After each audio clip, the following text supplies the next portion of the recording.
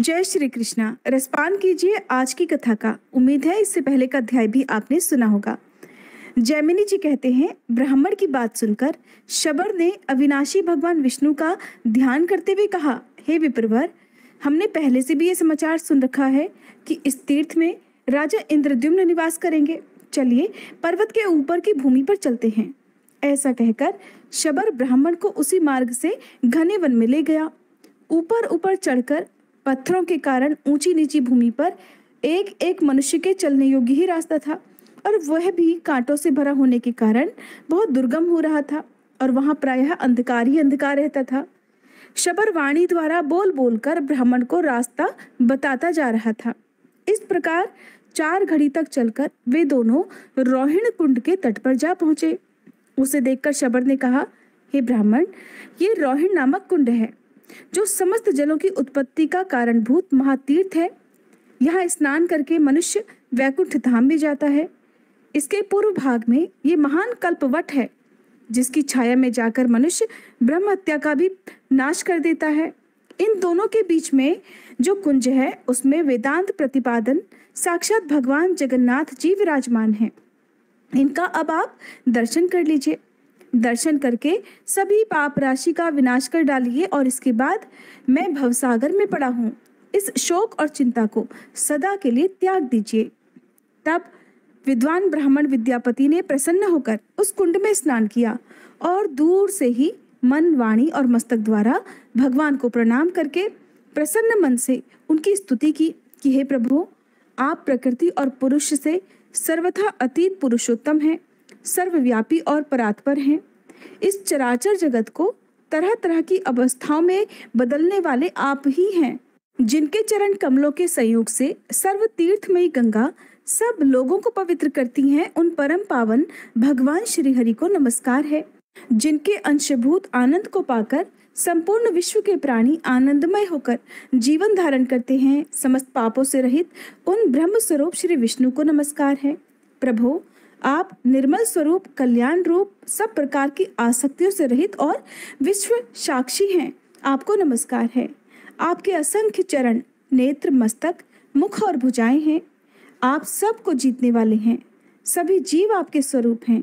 आप सर्वरूपी परमात्मा को नमस्कार है। भगवान, इस असार संसार में चक्कर लगाने के कारण मैं रोग और शोकों से बहुत पीड़ित हो गया हूँ, और आपके युगल चरणारविंदों की शरण में आया हूँ। आप इस सांसारिक दुख समुदाय से कृपया मेरा उद्धार कीजिए। प्रणव रूपी देवेश्वर भगवान विष्णु की इस प्रकार स्तुति करके उनके चरणों में मस्तक झुकाकर विद्यापति ब्राह्मण भगवान श्री विष्णु के आगे प्रणव मंत्र का जप करने लगे। जप के अंत में शबर ने कहा, हे द्विजश्रेष्ठ, इस समय आप भगवान का दर्शन पाकर कृतार्थ हो गए। दिन बीत गया और आप थके मादे और भूखे प्यासे भी हैं, इसलिए चलिए अब घर चलते हैं। इस घोर वन में हिंसक जंतुओं का निवास है, इसलिए हमारा यहाँ ठहरना उचित नहीं है। जब तक सूर्य की किरणों का प्रकाश है, तब तक ही हम लोग अपने घर पहुंच जाएं। ऐसा कहकर ब्राह्मण के साथ शबर बड़ी तेजी से आश्रम को लौटा।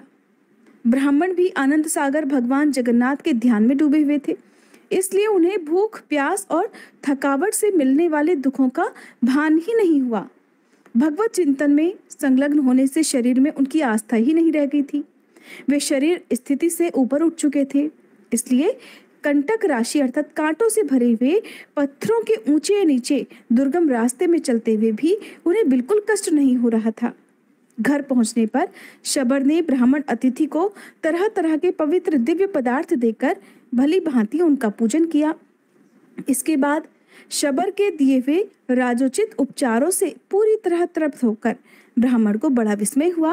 उन्होंने चकित होकर कहा, साधो, तुमने मेरे सत्कार के लिए ये जो अलौकिक वस्तुएं समर्पित की हैं, उनका दर्शन तो राजाओं ने भी नहीं किया है। तुम्हारे घर में ऐसी दिव्य वस्तुओं का इकट्ठा होना बड़े आश्चर्य की बात है।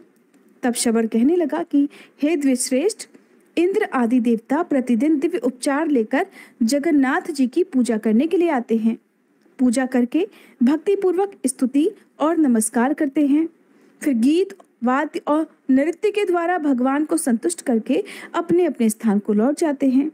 ये सब दिव्य पदार्थ जगन्नाथ जी के प्रसाद हैं, जो मैंने आपको अर्पित किए हैं। भगवान के इस प्रसाद को ग्रहण करके हम लोगों के रोग और बुढ़ापे का नाश हो गया है। जिसके सेवन से मनुष्य मोक्ष का भागी होता है, उस प्रसाद का अगर ऐसा प्रभाव हो तो ये कोई आश्चर्य की बात तो नहीं है। भगवत प्रसाद का ये दुर्लभ प्रभाव सुनकर ब्राह्मण के शरीर में रोमांच हो आया। आनंद के आंसुओं से उनकी आंखें बंद हो गई और उन्होंने अपने आप को धन्य मानते हुए कहा, अहो, ये शबर कुल में उत्पन्न मनुष्य हर दिन अविनाशी परमात्मा का दर्शन करता है और उनके प्रसाद स्वरूप दिव्य भोग का उपभोग करता है। इस पृथ्वी पर चराचर जगत में इसके समान भाग्यवान तो दूसरा कोई है ही नहीं। इसके साथ मित्रता करके मैं भी अब इसी वन में निवास करूंगा।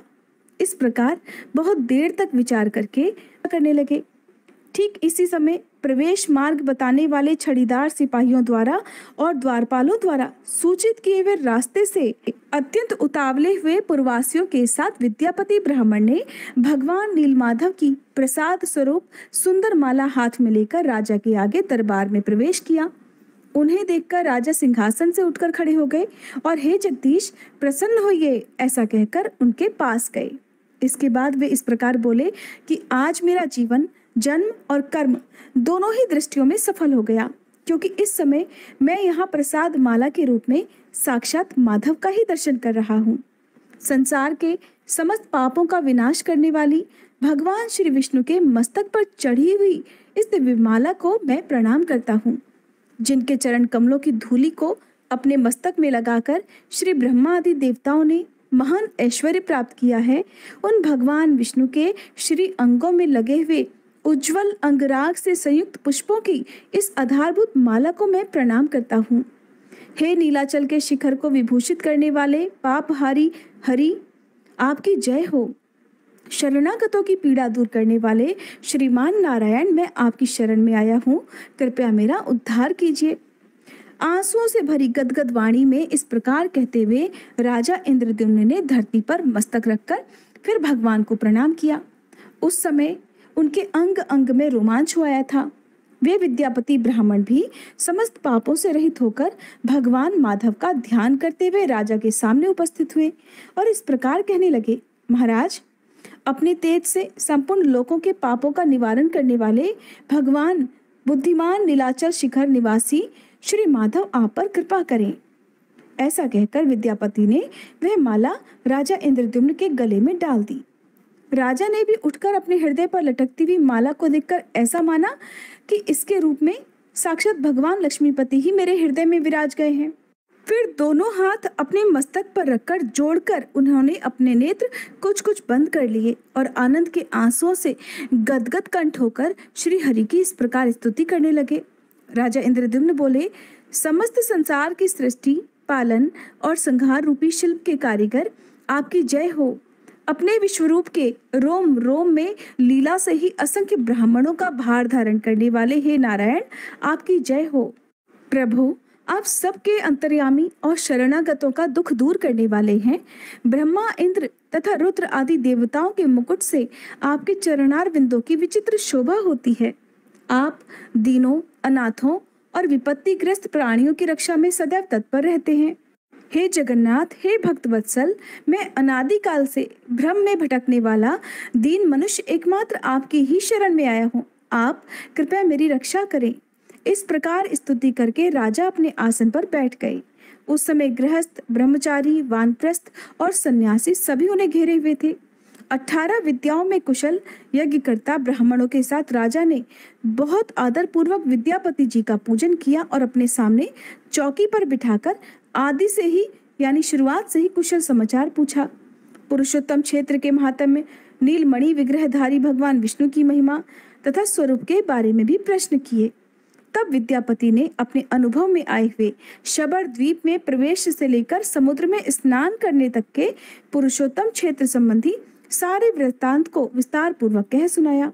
नीलाचल पर चढ़ना, नील माधव का दर्शन करना, रोहिण कुंड में स्नान करना, कल्पवट की महिमा, नरसिंह आदि स्वरूपों की प्रतिष्ठा, 8 शिव और 8 शक्तियों की स्थिति, रथ से घूमकर देखी हुई पुरुषोत्तम क्षेत्र की लंबाई और चौड़ाई, सबका क्रमशः और बिल्कुल वैसे ही वर्णन कर दिया। यह अद्भुत वृतांत सुनकर राजा बहुत प्रसन्न हुए। प्रसन्न मन से उन्होंने कहा, भगवान, नीलेंद्र मणिमय विग्रह वाले भगवान श्री विष्णु के स्वरूप का भी अब यथार्थ वर्णन कीजिए। तब विद्यापति बोले, राजन, मैं भगवान जगन्नाथ की उस दिव्य मूर्ति का वर्णन करता हूँ जिसे इन चर्म चक्षु अर्थात नेत्रों से देखकर मनुष्य मोक्ष का भाजन बन जाता है। भगवान की वह मूर्ति बहुत प्राचीन तथा इंद्रनील मणि नामक पत्थर की बनी हुई है। ब्रह्मा, रुद्र और इंद्र आदि देवता प्रतिदिन जाकर उसकी पूजा करते हैं। यह दिव्य माला देवताओं ने ही पूजा में अर्पित की थी। राजन, ये न तो कभी मलिन होती है और न कभी इसकी सुगंधी कम होती है। भगवान के दिव्य उपहार में आए हुए प्रसाद के सेवन करने से मेरे सभी पाप क्षीण हो गए हैं और मैं देवताओं के समान अलौकिक तेज से संपन्न हो गया हूँ। क्या आप इस बात को नहीं देख रहे हैं? महाराज, वहाँ भोग और मोक्ष दोनों एक ही साथ स्थित हैं। बुढ़ापा, रोग और शोक आदि दुखों का वहाँ अत्यंत अभाव है। उस तीर्थ में विकसित नील कमल के समान विशाल नेत्रों वाले साक्षात भगवान जगन्नाथ प्रसन्न वदन से विराजमान हैं, जो शरणागतों को अमृतमय मोक्ष प्रदान करते हैं। राजा इंद्रद्युम्न ने फिर से पूछा, हे ब्राह्मण, जन्म से लेकर कुछ समय पहले तक तो आप कभी भी पुरुषोत्तम क्षेत्र में गए ही नहीं थे, फिर आपने वहां के दिव्य वृतांत को भला कैसे जान लिया? तब विद्यापति ने राजा से जो कुछ भी कहा उसका वृतांत भक्तजनों आप सभी अगले अध्याय में सुनिएगा। हर बार की तरह अगर आज की ये कथा भी आपको पसंद आई हो तो कथा सुनने के बाद वीडियो को लाइक करना मत भूलिएगा।